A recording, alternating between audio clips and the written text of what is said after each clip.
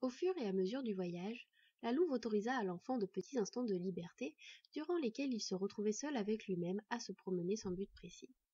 Cela se produisait souvent le matin au réveil ou le soir avant de dormir.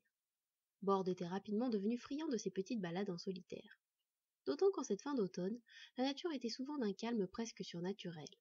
Que ce soit la forêt ou la plaine, tout se tenait coi sous la neige. Fenn lui avait expliqué que nombre d'animaux étaient entrés en hibernation et que c'était la raison principale de cette impression de vie ralentie en hiver. Les vannes aussi hibernent-ils avait demandé le garçon. Certains, oui, surtout les vannes ours, mais cela reste assez aléatoire, avait expliqué la louve. Ce matin-là, il se promenait près d'un affleurement rocheux et s'amusait à explorer des petites cavernes. Il ne s'aventurait jamais très loin, car même s'il voyait mieux dans l'obscurité depuis que sa nature de demi-elfe s'était révélée, il finissait quand même par trébucher car il ne distinguait plus rien. L'une de ces grottes lui apparaissait tout à fait intéressante, car elle était dotée de stalactites et de stalagmites, ce qu'il trouvait très beau, même s'il ne savait pas comment cela se nommait. Il avait passé de longues minutes à examiner toutes les concrétions que lui offrait cette grotte. À présent, il s'occupait à faire des dessins avec moult spirales dans la poussière humide, à l'aide d'un morceau de bois magnifique qu'il avait adopté comme épée du moment. Il entendit un son étrange derrière lui, une sorte de chuintement, accompagné de cliquetis, comme si plusieurs petits bâtons heurtaient le sol à toute allure. Il se retourna, aux aguets, mais ne vit rien dans l'ombre de la grotte. Peu rassuré, il estima qu'il était temps qu'il rejoigne sa protectrice. Il se leva et commençait à rejoindre l'entrée de la caverne lorsque le chuintement recommença, accompagné d'un cliquetis qui ne lui dit rien qui vaille. Il se dépêcha. Quelque chose lui effleura subrepticement le dos. Il cria et se mit à courir sans prendre le temps de se retourner. Le cliquetis se fit plus rapide et le chuintement s'intensifia. La course-poursuite s'intensifia aussi. Bord courait avec la force de la peur et du dégoût. La panique serrait sa gorge. Il percevait une présence maligne derrière lui et cela lui donnait des ailes. Enfin la sortie se profila. Le chuintement se fit furieux et le garçon crut entendre des mots au milieu. « Non, reste ici, petit elfe, je ne te ferai aucun mal !» En arrivant à la sortie, il se retourna et manqua de crier de nouveau. Une araignée de la taille d'une biche le poursuivait à toutes pattes velues, les chélicères frémissantes et avides. Trébuchant en se tournant encore pour fuir, il s'arrêta net. Une deuxième araignée, tout aussi grosse que la première, se découpait dans l'ouverture de la grotte. « Un elfe pour le petit déjeuner !» se réjouit la deuxième arachnide. « Encore quelques-uns et je serai le van le plus puissant du monde !» Leurs zozotements ne les rendaient pas moins effrayantes. L'enfant était acculé. Il brandit son bâton d'une main et le couteau de sa mère de l'autre. Si ces créatures voulaient le manger, il leur faudrait le mériter.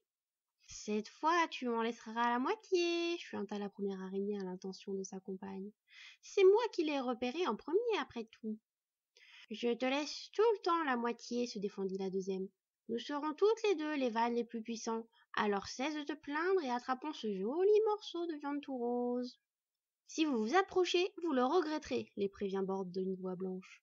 « Oh, regarde, il y a un tout petit croc !» se moqua l'arachnide qui bloquait la sortie. « Et moi, j'en ai 2 gros. » Une ombre obscurcit la grotte. Le garçon ne put retenir un petit cri de soulagement en reconnaissant la voix grondante de Fenn. Elle se tenait derrière l'araignée qui se retourna. « Tu crois pouvoir nous enlever notre proie ?» chuinta-t-elle furieusement. « Oui, nous l'avons trouvée les premières !» ajouta sa compagne avec véhémence. « Peu me chaud !» balaya la louve. « Personne ne mangera ce petit. »« Mais le pouvoir que l'on obtiendrait en mangeant un elfe !» se récrièrent les 2 arachnides. « Vous l'obtiendrez autrement. » Son ton était sans appel. Elle posa sa patte sur l'araignée qui bloquait la sortie à son petit protégé, l'écrasant presque. Ignorant ses cris de douleur, la louve approcha son museau de l'enfant. La deuxième arachnide amorça un mouvement, mais un grondement l'arrêta. « N'y pense même pas !» la prévint Fenn, tandis que Bord grimpait le long de son museau jusque sur son cou. Une fois que le fils de Sigurd se trouva bien à l'abri, la louve se retira de la caverne et s'enfuit, sous les chuintements et cliquetis furieux des 2 grosses araignées. « Tu es arrivé juste à temps !» s'exclama le garçon avec soulagement. « Comment as-tu fait ?»« Je trouvais que tu mettais du temps, alors je suis parti à ta recherche, » expliqua brièvement la vanne. Elle n'avait pas l'intention de lui révéler que tant qu'il ne serait pas capable de se défendre tout seul, elle garderait toujours un œil, même lointain, sur lui. « Reste toujours prudent où que tu te rendes, » le mit-elle néanmoins en garde. Elle voulait me manger. Les araignées sont très voraces en général. Non, mais elle voulait me manger pour gagner de la puissance, précisa Bord. Comment cela fonctionne-t-il ? Mal, lâcha la louve. Les vannes gagnent un peu en puissance en tuant et ou en dévorant des créatures dotées de magie comme des elfes, des dvergs et d'autres vannes. Le besoin de les manger n'a jamais été clair. Ils absorbent ensuite leur force. Certains s'attaquent même parfois à des nazes, mais cela ne se termine jamais bien pour eux. À mon avis, le jeu n'en vaut jamais la chandelle. Son ton exudait le dédain. Elle continua. Le ratio de puissance gagnée par rapport à l'énergie dépensée et au risque pris est très mauvais. C'est d'ailleurs pour cette raison que les vannes ne s'entretuent pas davantage. C'est totalement idiot de faire une chose pareille. Mais les araignées ne sont pas réputées pour leur intelligence. Le garçon se mit à réfléchir à la question pendant que sa protectrice trottinait dans la direction du forgeron des étoiles. Quand penses-tu que nous arriverons, s'enquit l'enfant? Probablement demain dans la soirée si nous n'avons pas de contretemps. Et continueras-tu de m'apprendre à me battre aussi? S'inquiéta-t-il. Évidemment, lui assura sa grande protectrice. Il faut bien que tu sois à même de te défendre contre deux malheureuses araignées géantes. C'est vrai, approuva Borde. J'ai l'intention de devenir un guerrier, et les guerriers se rient des araignées. Fen sourit par-devers elle. Il ressemblait beaucoup à son regretté Sigurd, ce petit. Elle s'arrêta plus tôt que prévu dans son cheminement, le soir, afin de donner au garçon une petite leçon de combat. Elle avait approuvé le bâton qu'il avait choisi en tant qu'arme. En effet, plus lourd que ne le serait une petite lame, il lui musclerait le bras. Lors de ces leçons, le garçon tenait à utiliser le bâton dans une main et le couteau que lui avait légué sa mère de l'autre. Fen avait accepté de lui enseigner la maîtrise du combat à deux armes, d'autant qu'elle le pratiquait elle-même sous sa forme humanoïde. Après environ une heure d'entraînement, elle finit par laisser quartier libre à son élève, pendant qu'elle-même retrouvait avec délice sa peau de loup. Borde se sentait galvanisé après sa leçon. La vanne ne l'avait pas ménagé, et il était perclus de courbatures. Mais il en était satisfait. Il se dirigea sans but pour sa promenade, en attaquant les buissons et en testant des bottes de son invention sur des arbres. Hé, Svart, regarde qui voilà! L'enfant leva la tête au son de la voix qui venait de s'exclamer. Comme il s'y attendait, il aperçut deux corbeaux perchés dans les branches d'un arbre qu'il venait de tuer d'un coup d'épée ravageur. Bonsoir, Murk, bonsoir, Svart, les salua-t-il poliment et très fier de s'être souvenu de leur nom. Bonsoir, jeune homme, lui retourna aimablement le plus intelligent des deux oiseaux. Maître, maître, s'égosilla Murk, nous l'avons retrouvé! Retrouvé qui? Demanda le garçon avec perplexité. Moi? Avant que Svart ait eu le temps de lui répondre, un homme apparut devant lui. Borde lui adressa un regard surpris et constata qu'il s'agissait d'un elfe. Élancé et aussi richement vêtu que l'était sa mère dans son rêve, l'inconnu possédait également les mêmes yeux violets. Sa chevelure était tout aussi abondante, bien que moins longue et tressée, mais d'une couleur d'or blanc. L'enfant fut instantanément conquis par la présence de l'elfe. Malheureusement, ce dernier ne parut pas lui accorder autant de considération et le toisa d'un air supérieur. C'est lui qui nous a indiqué le village de Sigurd, maître, se rengorgea Murk. Ce village était en ruine, déclara l'être féerique d'une belle voix grave tout en fixant le jeune garçon. Et Sigurd était mort. Sais-tu quoi que ce soit à ce propos? Borde était décontenancé. La présence de l'elfe l'impressionnait profondément, et il ne pouvait pas s'empêcher de lui trouver un air familier. Pourtant, il n'avait pas eu l'occasion de rencontrer des elfes durant sa jeune vie. Pas vraiment, dit-il enfin. Je ne sais pas pourquoi le village a été dévasté. Ce qui était vrai. Peu me chaud que ce misérable village humain soit détruit, balaya l'elfe.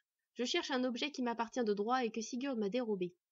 Dérobé? Répéta machinalement le garçon surpris. Oui, dérobé, s'agaça l'elfe. Ne comprends-tu pas les mots aussi simples que ceci? Si, si, répondit rapidement Borde. Mais Sigurd n'était pas un voleur. Pas un voleur, dis-tu? Comment peux-tu en être aussi certain? S'enquit le maître des corbeaux. Son ton marquait un semblant d'intérêt, bien que sonnant toujours aussi sévèrement. Le garçon déglutit. Quelque chose lui soufflait qu'il ne devrait peut-être pas révéler qu'il s'avérait être le fils de Sigurd. Il esquissa un léger pas en arrière. Je vivais dans ce village, expliqua-t-il. J'ai été obligé de m'enfuir quand il a été attaqué. Tu vivais dans ce village? Le beau visage féerique se fendit d'un étonnement non fin. Qu'est-ce qu'un elfe faisait donc dans un village humain?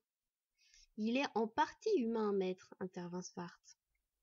Hey, tu m'avais pas raconté que Dame Doéline avait eu un enfant avec un humain, Svart?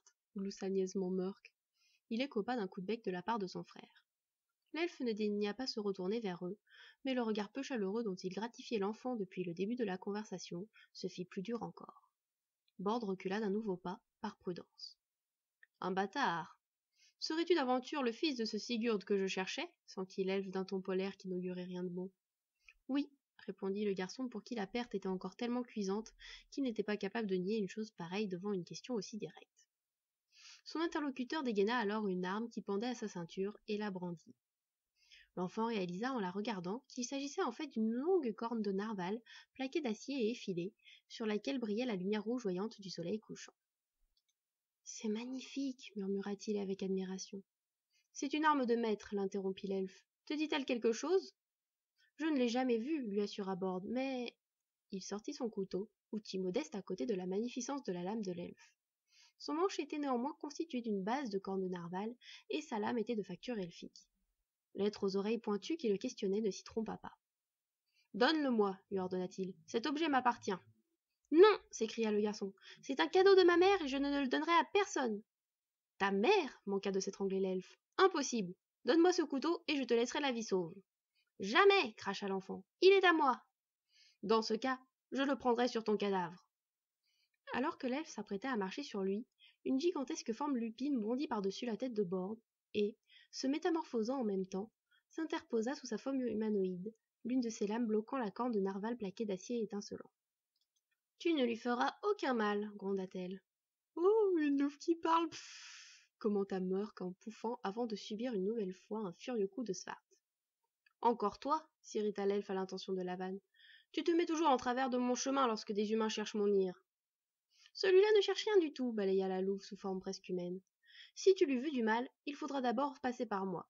Et je suppose que tu te souviens ce que cela fait de te confronter à moi. L'elfe grimaça. Je n'avais pas vraiment envie de te tuer ce jour-là, surtout pour un humain, se justifia-t-il. C'est pourquoi je n'ai pas combattu sérieusement. Quand je pense que nous étions amis autrefois, déplora Fen. Tu as rompu notre amitié en protégeant un misérable humain contre moi alors qu'il m'avait offensé, me rappela l'elfe. Et maintenant, tu protèges son insignifiant bâtard. Je n'ai rien rompu du tout. Sigurd ne méritait pas de souffrir ta colère et il lui faisait aussi partie de mes amis. Comment oses-tu comparer ton amitié avec moi avec celle que tu avais avec ce scélérat? Tu devrais te montrer plus regardante avec les êtres que tu gratifies de ton amitié. Tandis que Lavan levait les yeux au ciel, il continua. Prouve que tu n'as pas oublié les sentiments amicaux qui nous liaient autrefois. Donne-moi ce couteau. Je ne déposséderai pas cet enfant du seul bien qui lui reste, refusa Fen. Cet objet m'appartient de droit, persista l'elfe. Il aurait dû m'être légué. Sans se retourner vers son louveteau d'adoption et sans baisser son arme qui bloquait la corne de narval, Lavan demanda. Borde, veux-tu donner ton couteau à ce monsieur? Non, persista l'interpellé avec véhémence. Je suis désolé, Siegfried, reprit alors Fen. Tu n'auras pas ce couteau. L'elfe adressa un regard meurtrier au garçon, qui le soutint avec un air de défi. En présence de sa protectrice, il sentait que rien ne pouvait lui arriver. Il avait très envie de lui tirer la langue, mais il n'osa pas. J'aurai ce couteau, affirma Siegfried sur un ton définitif qui sonnait comme une promesse. Démentant ces paroles, il baissa sa lame annelée et s'en fut, englouti entre les arbres. Fen le regarda pensivement disparaître, puis rengaina et reprit sa forme lupine. Svart s'envola à la suite de son maître, et Murk le suivit après un joyeux salut à l'intention de la louve et de son protégé. Vivement que je sois plus fort, marmonna Borde.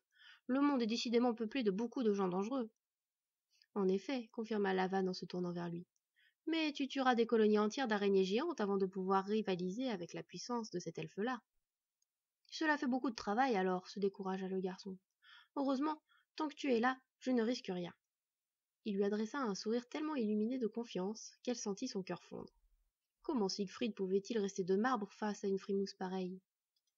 Allez, viens, lui enjoignit-elle d'un ton affectueux. Allons dormir, nous avons encore de la route à faire demain. Il ne m'aime pas beaucoup cet elfe, n'est-ce pas? Déclara Borde en emboîtant le pas de sa protectrice. Il n'aime pas beaucoup de monde en général, et les humains en particulier, expliqua Fen. Il a une très haute estime de lui-même pour ne rien arranger. Ne t'occupe pas de lui.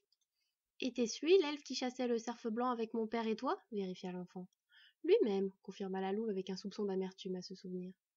Il a dit que mon père lui avait volé mon couteau. Est-ce pour cela qu'il ne l'aime pas? Il n'aime pas les humains, quels qu'ils soient, rappela Lavan. Sigurd ne m'a jamais parlé de cet objet. Je ne peux donc pas t'en dire plus, je ne sais pas. Mon père n'était pas un voleur. Je sais, petit homme, l'apaisa sa protectrice. Ne prête pas attention aux propos de cet elfe. Voilà qui était plus facile à dire qu'à faire, songea le garçon. Il trouva dommage que le dénommé Siegfried montre autant d'hostilité à son égard, parce qu'il aurait bien voulu lui demander s'il connaissait sa mère. Au moins pour connaître son nom.